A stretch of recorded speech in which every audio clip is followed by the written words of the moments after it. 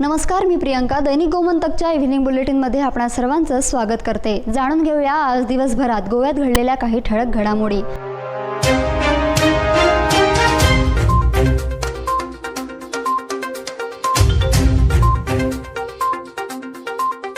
नावेलीत भटक्या कुत्र्यांनी 8 वर्षीय मुलीवर हल्ला केल्याची घटना समोर आली आहे. या मुलीला गंभीर स्वरूपात कुत्र्यांनी जखमी केले. 8 कुत्र्यांनी धावा घेऊन 20 पेक्षा अधिक चावे घेतल्याने या मुलीवर इस्पितळात उपचार सुरू आहे. या घटनेनंतर नावेली नागरिकांमध्ये संतापाचे वातावरण निर्माण झाले.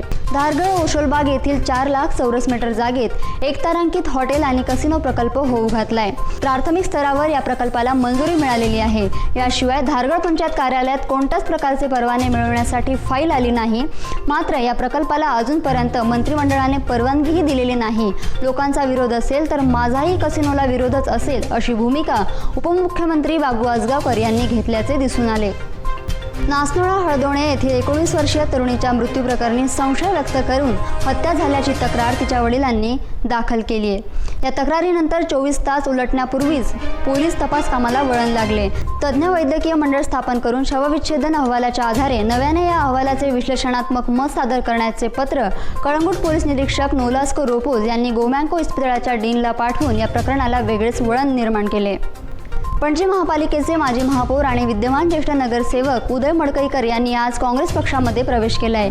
प्रदेश काँग्रेसचे अध्यक्ष गिरीश चोडणकर आणि विरोधी पक्षनेते दिगंबर कामत यांनी पुष्पगुच्छ देऊन मडकईकर यांचे काँग्रेसमध्ये स्वागत केले. त्यांच्यासोबत माजी नगरसेवक राहुल लोटलीकर आणि इतर कार्यकर्त्यांनीही काँग्रेसमध्ये प्रवेश केला.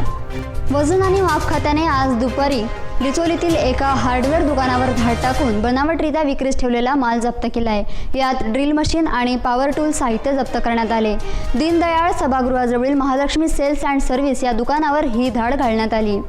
गोवा विद्यापीठाचे नवे कुलगुरू म्हणून विद्यापीठाच्या सागरी विज्ञान विद्याशाखेचे विभाग प्रमुख डॉक्टर हरिलाल मेनन यांची नियुक्ती होणार आहे. कुलपती या नात्याने राज्यपाल PS श्रीधरन पिल्लई यांनी शोध समितीने सादर केलेल्या 5 नावांपैकी मेनन यांच्या नावाला पसंती दिली. अधिसूचना जारी झाल्यानंतर मेनन यांना महिनाभरातच कुलगुरू पदावर रुजू व्हावे लागणार आहे. वास्को येथील चंद्रकांत हरिजन याने फुटबॉलच्या मैदानात अफलातून कसब दाखवून दिलाय. त्याने अवघ्या 1 मिनिटात 8083 जगलिंग करण्याचा पराक्रम दाखवलाय. गोवा क्रीडा प्राधिकरणाने क्रीडा आणि तंदुरुस्ती सप्ताहानिमित्त घेतलेल्या उपक्रमात चंद्रकांतने आपल्यातील कमालीची क्षमता दाखवून दिली.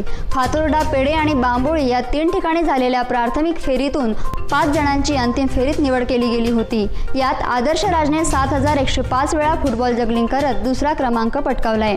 तर या होत्या आज दिवसभरात गोव्यात घडलेल्या काही ठळक घडामोडी. अशाच ताज्या अपडेट्स जाणून घेण्यासाठी आमच्या दैनिक गोमंतक पेजला भेट द्या आणि आमच्या YouTube चॅनलला सबस्क्राईब करा.